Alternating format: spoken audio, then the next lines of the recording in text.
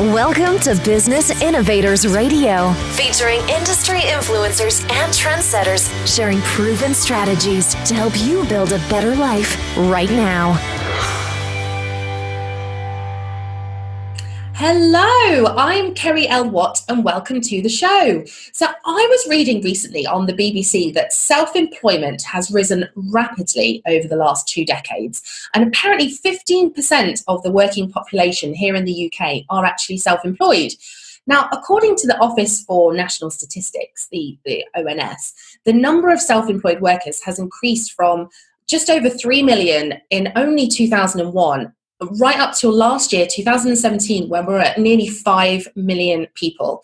Now, my guest today has some fascinating insight into how those choosing the freelance and self-employment route can not only create a business, but also design a thriving and sustainable business for the future. And that's exactly what we're going to talk about today. So please welcome Vivienne K Neale to the show. Welcome, Vivienne. Well, thank you very much for having me. Thank you. So let's go back to that statistic of 15% of the UK workforce being self-employed. That is a huge figure. Does that surprise you at all? Well, no, because having written this book, I've done a lot of research, but one particular report that I go back to time and again was a 2017 report exploring the UK freelance workforce in 2006. So, of course, it's slightly dated, but it's what we've got. We'll go with it. But the contribution of freelancers to the UK economy was said to be around £119 billion. Wow. Yes, exactly. And when you consider that freelancers are still finding it very difficult to get mortgages and business loans and all the rest of it, I find that quite extraordinary. And I think financial houses and other important people need to kind of recognise just how significant this shift in the way we work actually is. I know that's funny you mentioned mortgages and loans and all that kind of thing, because it's definitely, and that's quite a huge topic of conversation, certainly within my social circle of self-employed people, because, you know, and these people that I hang out with, like, they earn way more than they did when they were in employment, but because it's not technically a salary job, they can't get a mortgage. And I just think it's crazy, isn't it?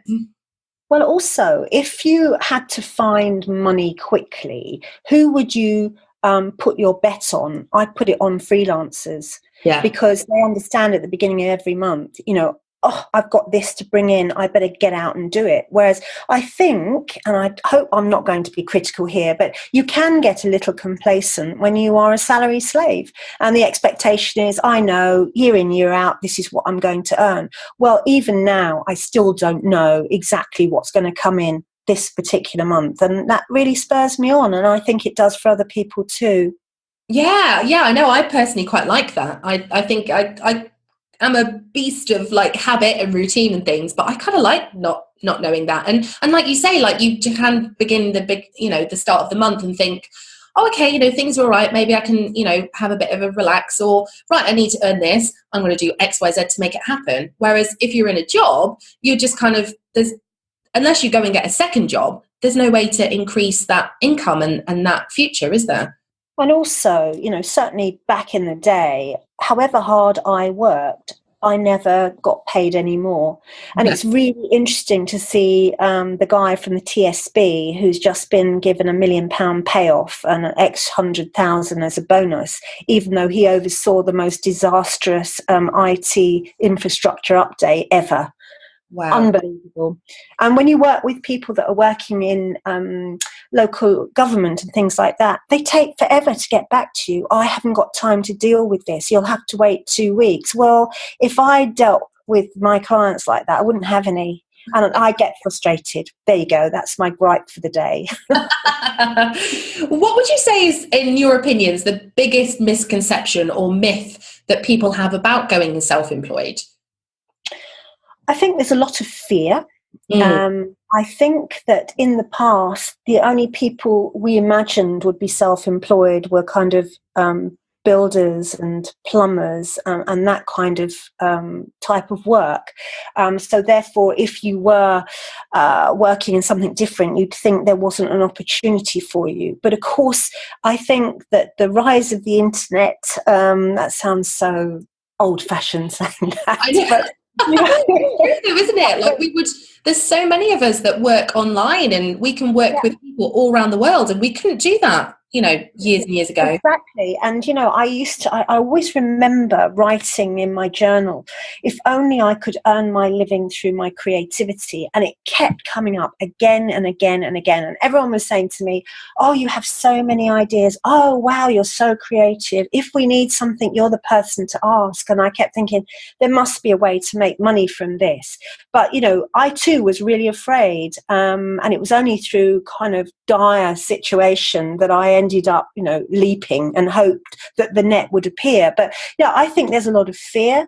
I think there's the idea that, you won't know what's going to happen from one week to the next. And some people find that sort of, mercurial way of living is kind of out of their reach. But I think people, and especially youngsters, are realizing, do you know what?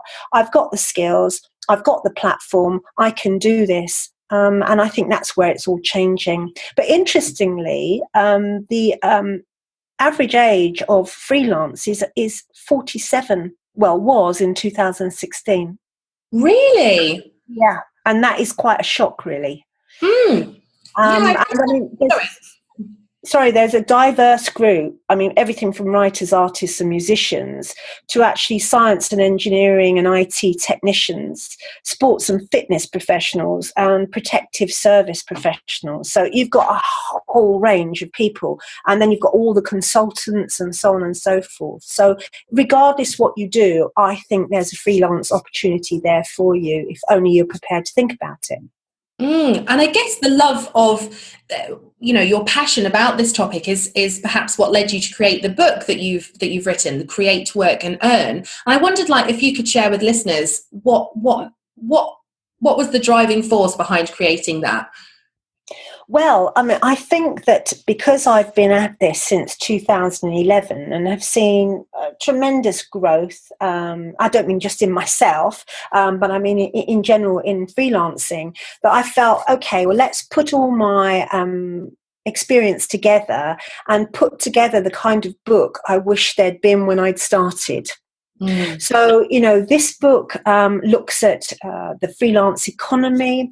It explores some of the freelancing sites that you can use to sell your wares on, and also looks at kind of social media, branding, marketing, and all the kinds of things you have to get involved with when you're running your own business like this. But in addition to that, it's not just me saying, hey, this is what I think, listen to me. There are 20 case studies that some of them are actually quite long, outlining people's journeys. And I think you need to know that, and you need to hear it from a number of people, and see what experiences they actually had. And for me, that's the real exciting aspect of the book. Yeah, that does sound incredible, actually, because I'm a massive book lover. All the time, the post people are bringing me stuff, and I really love that everything that you've just said about not only is it the how, but it's the what, the case studies. I personally think that is so important, because so many books just say this is what you've got to do, and there's no real life experience. There's no, oh gosh, how do I make that happen? And I love what you've just said. Yeah, thank you. I mean, for me, I think you have to be realistic, because, sometimes we look up to people like, for example, Richard Branson, and he's miles away from most of us. And, his story is quite inspiring of doing things, I think, slightly illegally by actually selling stuff that he had yet to buy. I mean, back in the day, long time ago. And it is useful to know those kinds of things. And so therefore I felt, okay, let's have a look at other people's stories, see what they've all learned, see what advice they've given. And everybody in their case studies, suggests you might want to think about this, or this is a good idea. But also they outline the moments of crises, and I think inevitably there are. I mean, it happens in life, and we have to be realistic about it. I don't think setting out on your own is the easy option. Of course it's not. And I think there'll be lots of setbacks. There'll be times when you're thinking, why on earth have I ever done this? But when you know that other people feel the same and have overcome it and gone on to be successful, I think that's, it's good to feel that there's somebody out there just like you. Yeah, absolutely. And I think that's really important, what you just said about having those role models and those, we all kind of look up to or read the biographies of, Michelle Mone or Richard Branson, like you said, but they are exactly like you said, they're not at startup level. They are way beyond potentially where any of us will get, but they're great to have as role models. But I think that's really important, what you said about having that, a role model of something that is quite achievable. I'm not saying you can't be a millionaire. Obviously you can, and you can, get to Richard Branson level. But do you think it's also important to have the next step role models of, right, well, this person created a business 3 years ago and this is where they're at now? Yes, definitely. And even somebody who's just started, and that, you can sort of think, they've just started, I can start too. And I mean, when we're looking as well at the largest proportion of freelancers are between 40 and 49 and 50 and 59, interestingly, we come up with something else. Most of us now are going to have to work until we're at least 70. And there may even be a situation where basically we never retire. And it's something that we have to bear in mind. So at 40 years of age, if somebody writes you off or thinks you're in the kind of twilight of your career, think again. Because if you were 18 and I said, right, Kerry, what will you be doing when you're 48? You'd say, well, how am I supposed to know? So therefore, if you add 30 years to now, how are you going to know what you're going to do? So you have to be open-minded. You've got to be prepared to reinvent yourself, to regenerate like Doctor Who, to be something else. And I think you need to have the confidence to say, I'm at this stage now and I intend to change. And I'm working with a lot of women especially, but not only women, who are, reinventing themselves. And in fact, we have a big photo shoot next week for women who've done a 360-degree career turn. Oh, wow. Can you tell me a bit more about that? What was that in age of? Well, basically, we wanted to kind of promote a book because a lot of the women that are going to be photographed have actually given us case studies to use. But we also wanted to actually explore and promote people who have taken the risk, who've decided to reappraise what they're doing and say, look, do you know what? I was this and now I want to be. It's a case of like, now, Matthew, tonight I'm going to be Cher. That's what we're trying to do. Well, we're not trying, we're actually doing it. And we want people to have the confidence to, look at their skills and think, you know what, I'm actually very good at budgeting. I'd be able to help people do that. Or I'm very good at organisation, or I'm very good at giving advice, or I'd like to use the experience I've had in publishing to help other people to get the word out about their experiences, whatever it happens to be, but not to be afraid and not to write themselves off as saying, do you know what, I'm too set in my ways, I'm too old, and who would ever want me? Because I went through that. When I got fired of my job that I was doing, and it wasn't my fault, by the way, but when I got fired, that was the Friday, and I had no notice at all because I was on a temporary week-on-week kind of contract. Gosh. And on the Monday, I went into hospital to have quite a major operation. And within a really short space of time, I realised that I couldn't actually pay my rent. And some friends scooped me up and said, right, come and stay with us and reassess what you're doing.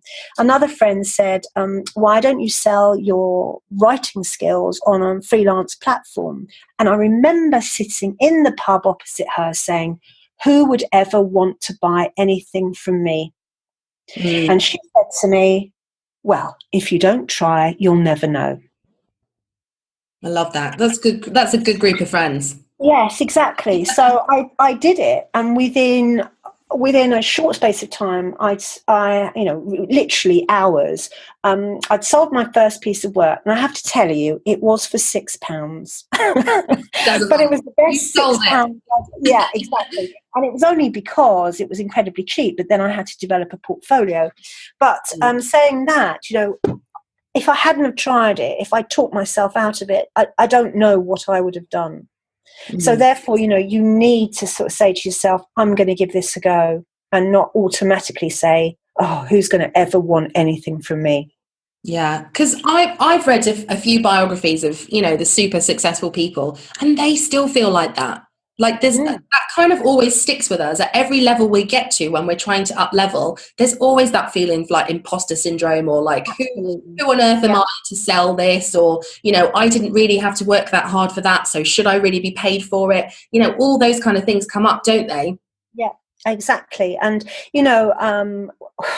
yes, I totally agree with that. You've kind of floored me, because I totally agree with it. And yesterday I was speaking to a head of marketing in a very big company, and he'd said to me, so what are your ideas for marketing this particular thing? And I was just talking really off the bat, and he went silent. And I said, is everything okay? Which I shouldn't have said, really. He said, absolutely. He said, you've really made me think. And when I go quiet, that's a very good thing. And that's the reason I bring in people like you to challenge my thinking. But automatically, my thought was, I've said something wrong. So even now, I've done this for so long, I still have to stop myself from doing that. Yeah. And I really love that the book Create, Work, Earn has, like you said, all these case studies, and it's lots of contributors. Like, was that something the route that you always wanted to take with the book, or was it something that just happened after you were halfway through? No. I think I always wanted to do that. And in fact, I was reaching out to people before I'd even put pen to paper. Well, no, sorry, finger to keyboard. Yeah. It sounds better that way, pen to paper. And I thought it's important that this isn't just my story, because, I didn't want to be that egocentric. And I felt it was important to get those different perspectives from people, from all kinds of situations. We've got chartered surveyor that dropped out of really big business to set up their own boutique consultancy, and that was a huge shock, because this is somebody that never takes risks. You've got somebody else who was a rock star who fell on hard times and ended up in a call center. Wow. Suicidal, thinking, age 25, that the best years of his life had gone. Can you believe? Oh, wow. And then, I asked the question, well, what is it you want to do? I want to be a videographer, he said. I said, well, so what's stopping you? And it was this kind of, these conversations that were the starting point, got the kit together, and now runs a really super successful videography business called Wild Stag Studio in Brighton. And now works with clients like Red Bull and Microsoft and, big travel companies and Box 2 clothing people. And I say, oh, how's it going? Yeah, I shot a music video yesterday. Yeah, it was cool. As you do. Yeah. And has just managed to secure a mortgage on the back of what he's earning now. Wow. And that is just one hell of a story. And I think, he's still only in his early 30s. Wow.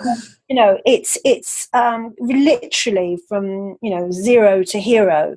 And then there's people that have moved abroad. There's people who've got really mixed portfolio sort of careers, people who have set up companies, some that just literally do a consultancy basis. There's such a varied. We've got people who are full-time script writers, who never thought they'd be able to sell their skills that way. It seemed like a childhood ambition, but are actually fulfilling that dream. I think that's really interesting what you just said, actually, about the childhood dream, because we all kind of picture what we want to do when we grow up, and we're kind of told as children, and maybe even as teenagers, that it's a pipe dream. Like, you want to be a singer. Well, yeah, not everyone makes it. You want to do this. Oh, well, that's probably not. There's always those kind of messages, isn't there? So I guess when we're kind of at that stage of life, when we're thinking about it, that kind of all that negativity maybe comes up again. Would you say that's fair? I totally agree with that too. And I think that actually a really useful exercise that might sound a little bit fey, but it isn't, I promise you, is to kind of write your dream list. And you might be shocked at what's on it. And it might end up being scuba diving, and it might be, I want to be an astronaut even. But actually you might find that there are one or two dreams in there that are eminently doable. I'm a great journal writer, and that has been the secret to my success, really, because it gives me a real opportunity every morning to examine what's going on and what's going on in my mind. And it was actually in my little writing shed where I go every morning that I wrote out the structure for this book. And that morning I'd gone in without that idea in my mind.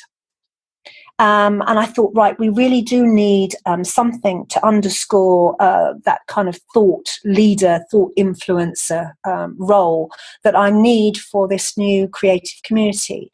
And I sat down, wrote out the chapters, went back into the house and started. And that idea wasn't even in my mind that morning. And that was the 9th of July. Oh, wow. The book will be published on the end of September, and the book launches on the 8th of October. Oh, my goodness. That's incredible. And actually, that comes from a book called The Leonardo Principle. And it's about the fact that Leonardo people have 101 ideas in their mind, and they should never actually apologize for that. And I was listening to the author talking about it, and she listed all the things she'd done in the last 12 months, and I felt so wholly inadequate. I think that was a kick up the bum. And I thought, right, well, if you can write 12 books, I can write one. I think that's where that came from. Oh, wow. I love that. And what would you say are the advice? We've kind of been talking about, how many self-employed people there are, and your book that will obviously help people create that. What would you say are the top advantages for people who do choose self-employment? Well, I think you have a lot more control. You can eventually pick and choose the kind of people you want to work with, the kind of contracts you want to work with. You are able to follow your own timetable. I mean, obviously you have to be available during work hours, but if the sun's shining and you think, you know what, I'm going to the beach this afternoon, you can come back and pick up the work in the evening. Whereas, being tied to a desk seems to be such an old-fashioned way forward. The whole 9 to 5, which is really factory working hours, isn't it, has gone. And so for me, being my own boss, I remember when I was teaching, I used to have a classroom that was at the top of a hill. And if you looked out of the window, you could see a roundabout and a road going up and going off elsewhere. And sometimes I used to look out of that window and be so envious of how I felt people were getting on with their lives by simply driving, whereas I was stuck between these four walls, and I don't have that feeling anymore. Yeah, I have to say that freedom and that being the boss of my own diary is my personal favourite. Like, I literally could not imagine having to fill in a holiday form to take a day off, to go to the dentist or to go to the beach or something. Like, what's your favourite bit about self-employment personally for you? I think it's, I'm actually quite feral, like a cat. And so therefore, I think I've become unemployable, to be totally honest. Yeah. So I think that the fact that I can do my own thing, and if I need to take a day off to kind of, reevaluate what I'm doing, if it's appropriate, I can do that. And so therefore, like you, it's that independence and that control. And, somebody rings you and say, I need to discuss an idea with you. Should we go for a coffee? And I don't have to say, I need to wait for the bell to go before I can talk to you. I can barely believe that I ever did that. I know, it's frightening, isn't it? And for me, it wasn't only sort of about 5 years ago where I was in a job, and before I fully went full time and freelance, and and I literally had to ask to go and make a cup of tea for myself and my colleagues, or you had to justify why you were having a meeting with someone in another department that was truly legitimate. Well, you weren't skiving, but it was you just had to justify everything that you were doing. And I wasn't productive sat on my desk. I was literally just staring out the window like you, at all the wonderful people living their lives. And I was just like, this is just awful. this is truly destroying my soul. Yes, I totally agree with that as well. I think there's a lot of synergy between us, really. Yeah. But I think the other thing that I am even addicted to really is risk taking. I do love it. To a certain level, I've never wanted to bungee jump, I've neup wanted to do any of those dangerous sports. The only thing I quite fancy is extreme ironing. I think I could do that. Going up the top of Everest and ironing a shirt, that would be fun. But it's taking risks and always exploring and always looking around the corner and thinking, let's have a look at that. Let's try that. And like you say, I worked in organisations where I'd go and see my boss and say, I've had this great idea for X, Y, Z. And they go, yeah, that's amazing. But it's not really what we do. I know, it's the worst. Not really time for that. I'm not sure. Yeah, I like the idea, but let me sit on that. And, the idea then was of the moment, really. And so therefore I can respond to those kinds of things within a limit. Obviously, it's not, all about making it up as you go along. There are certain things you need to do. But, certainly somebody would have said to me, oh, no, you don't have time to write a book now. Leave that on hold and you can do it some other time. And then somebody else would have done it. So, I like the fact that, we can move very quickly. It takes the Titanic, or it took the Titanic a long time to be able to turn around. But in my little motorised dinghy, I can do a 360 turn anytime you like. And I like that. Oh, I love that. That's such a good way of explaining it. And I love self-employment, like personally, and from my circle of associates, if you like, where you can take it wherever you want to go. Like if you want to earn a certain amount of money, or you want the lifestyle, or you want to go, full on Richard Branson, like you can do whatever you want, can't you? You've got that freedom. Yes, definitely. And I mean, you can make the decision whether, you are, purely money orientated, or you've got you go to massage and want to have a huge list of clients, of the top type of clients, or whether you say, actually the way I live my life is really important, and I want to kind of fit my working life around some of my interests or my ideas or my principles. It's entirely up to you. And is there anything else that you feel is important for people to know that we haven't covered yet today? Well, I mean, I think that the book is something that actually sort of helps people to make that decision if they're sitting on the fence. I think that we all just need to really consider very carefully what opportunities there are open to us, and the fact that we don't actually have to do what we've always done. And just because something seems like the safe bet doesn't mean that it's the right one.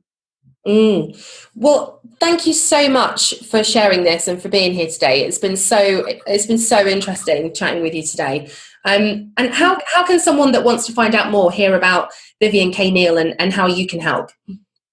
Well, I mean, certainly you can go to my website, www.vivienne,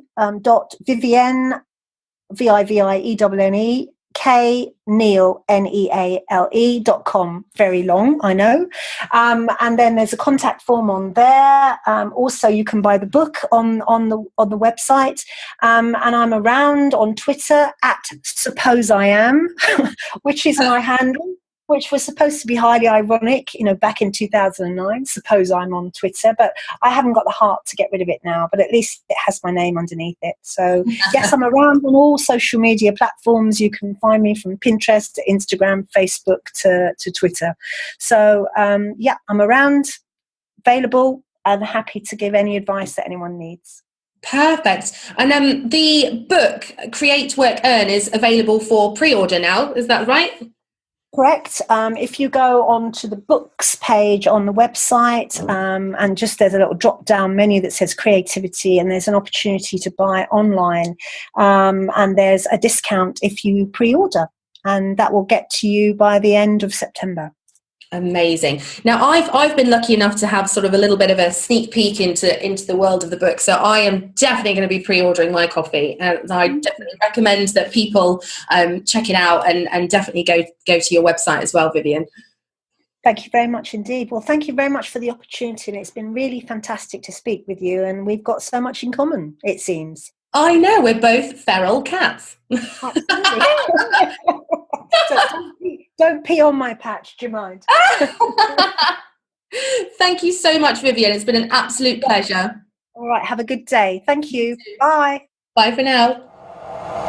Thanks for listening to Business Innovators Radio. To hear all episodes featuring leading industry influencers and trendsetters, visit us online at businessinnovatorsradio.com today.